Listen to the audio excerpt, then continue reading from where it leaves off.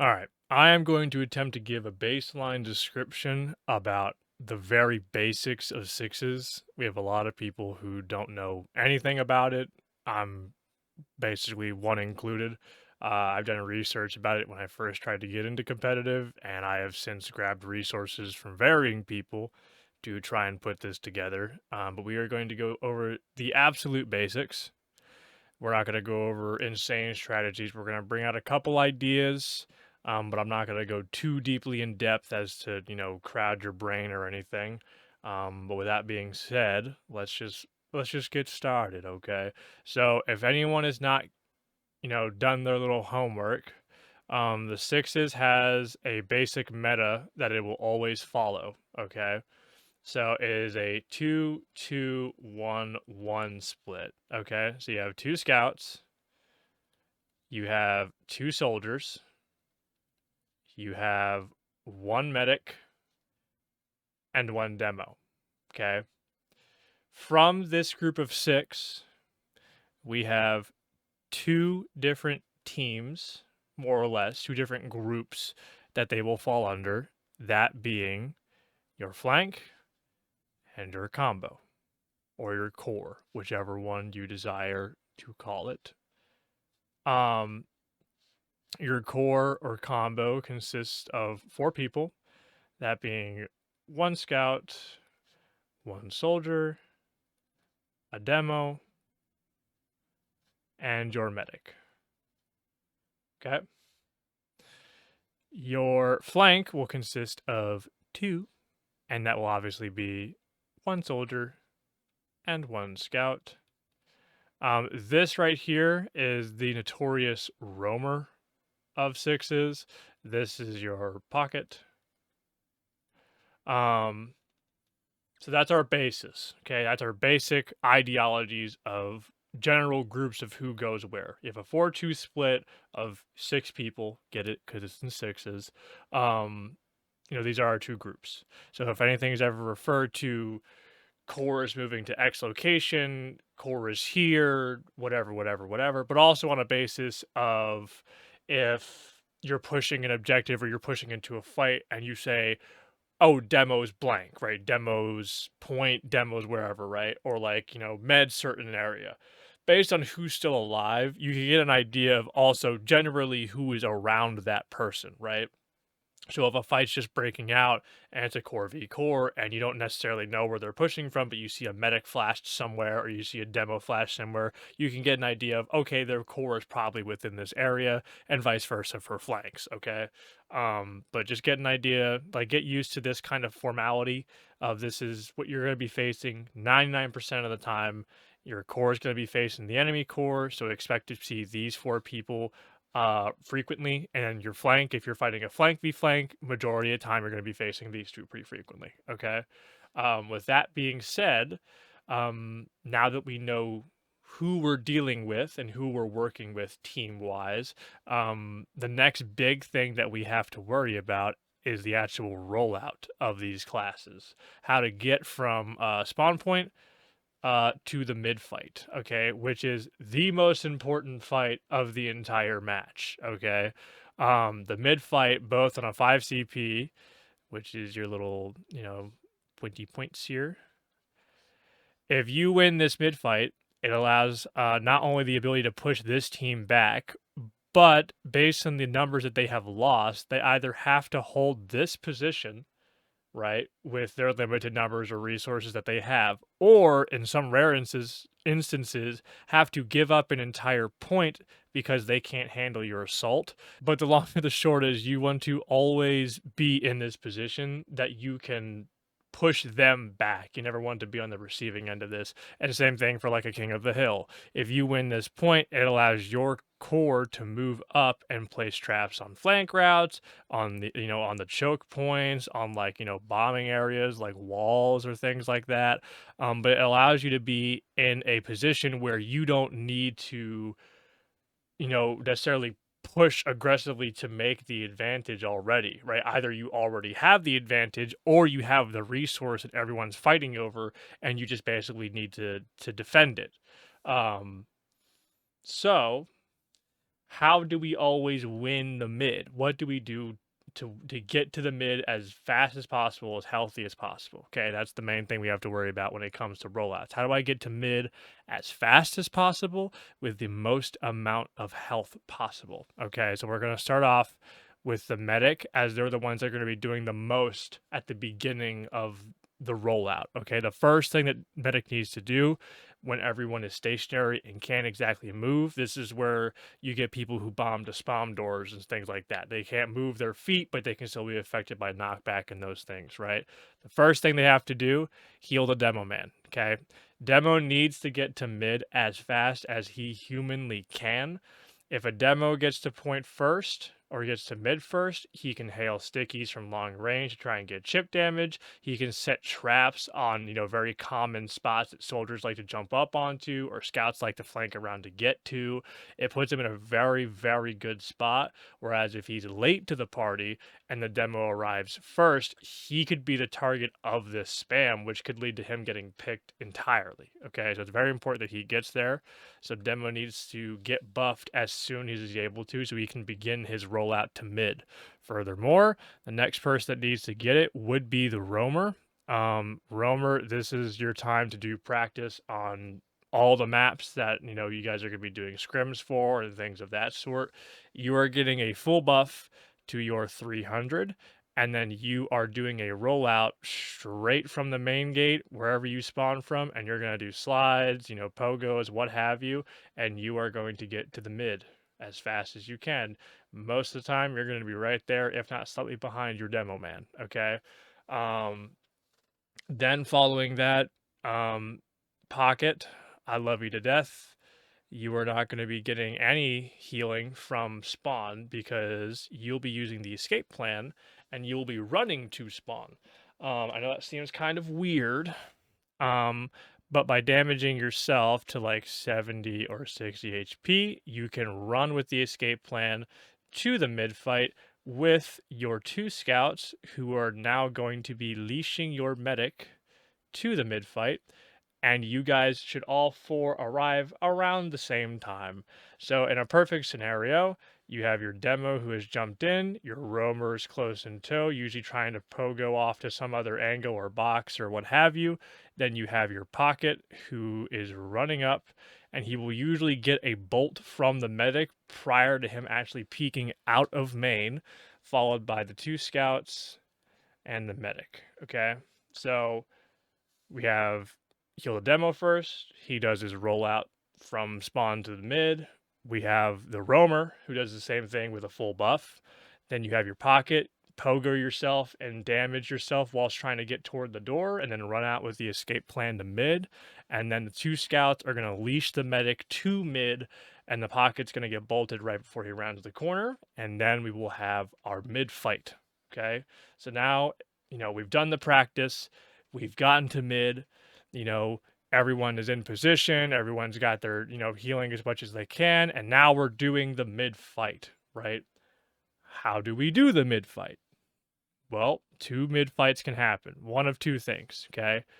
So we either have a confrontational mid or a rotational mid, okay? The confrontational mid happens like 90% of the time. Okay. A confrontational mid is fight breaks out. We have like, say we have 6 people, they have 6 people. We both come into mid, we both rotate the same direction. We have a fight in mid. Okay.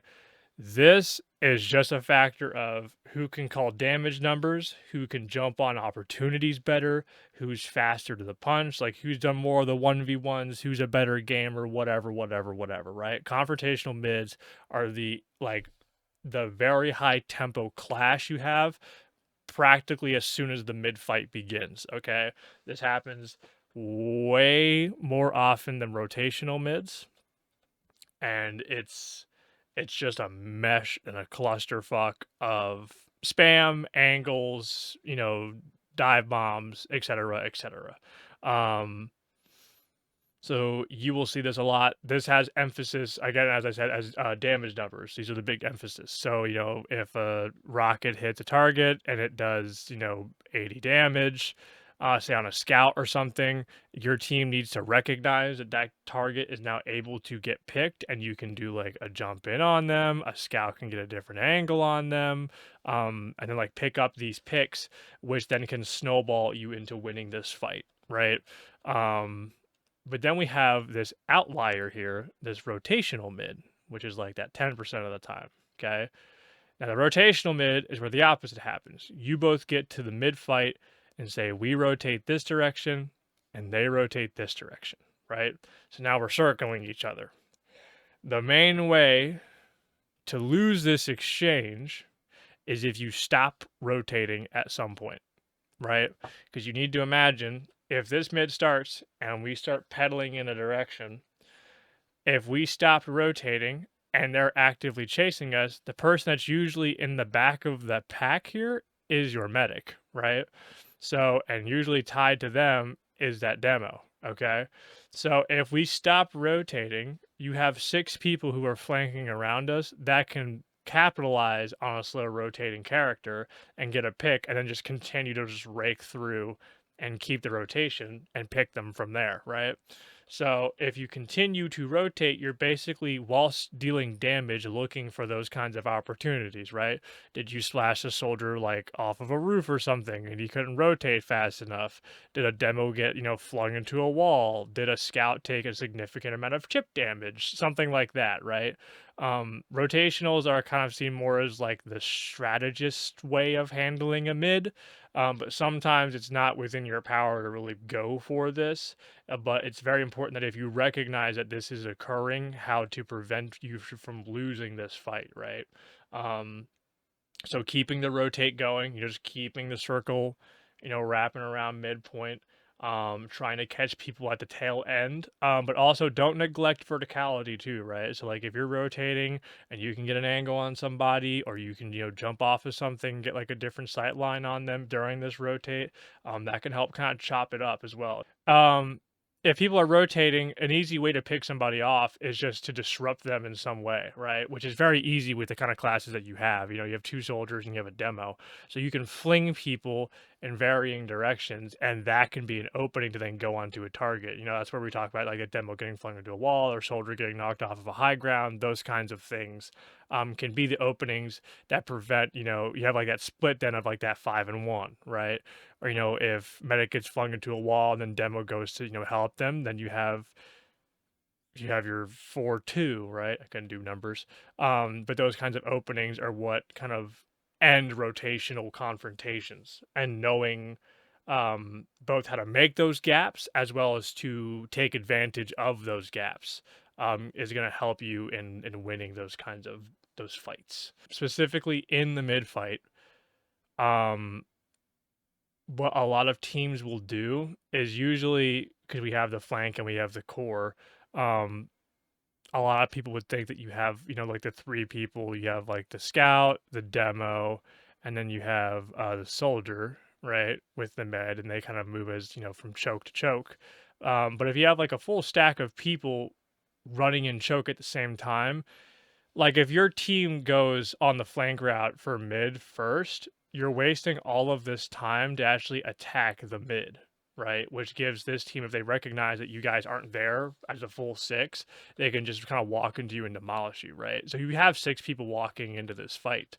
So what a lot of mid fights will do is they will have 2 scouts and the medic, right? And they'll do what I'm going to call swarming the medic, which basically just means they're posturing around the medic whilst they kind of rotate from position to position depending on how the fight evolves, right? So if a medic rotates on, a right side or something, your scouts are going to stick with them, okay? If the medic maybe pushes in because we've gotten picks or something, scouts move in with the medic, right? But what this does, this swarm strategy, is it does multiple things. One, it allows the medic to actually move and rotate if needed without the risk of like a soul scout or a soul bomb in disrupting this or killing the medic, right? So if you're an enemy soldier, it's very scary to jump this by yourself because even if you do kill the medic, most likely the people that have gotten into this mid fight have already been buffed, right? And if they're smart enough and they're aggressive enough, they for one obviously can get this pick. But like even if you kill this medic, these two can kill you. Now it's an even fight, and these two don't have anybody to defend anymore. So then they can kind of attack from different angles and stuff. But like this is very scary for the soldier. Like he can't solo jump in without risking losing his life. The only time he'd really want to do this is like if there was a risk for Uber, which there isn't for a mid-fight sake. So it allows like a prevention against enemy soldiers, but it also allows for friendly soldiers.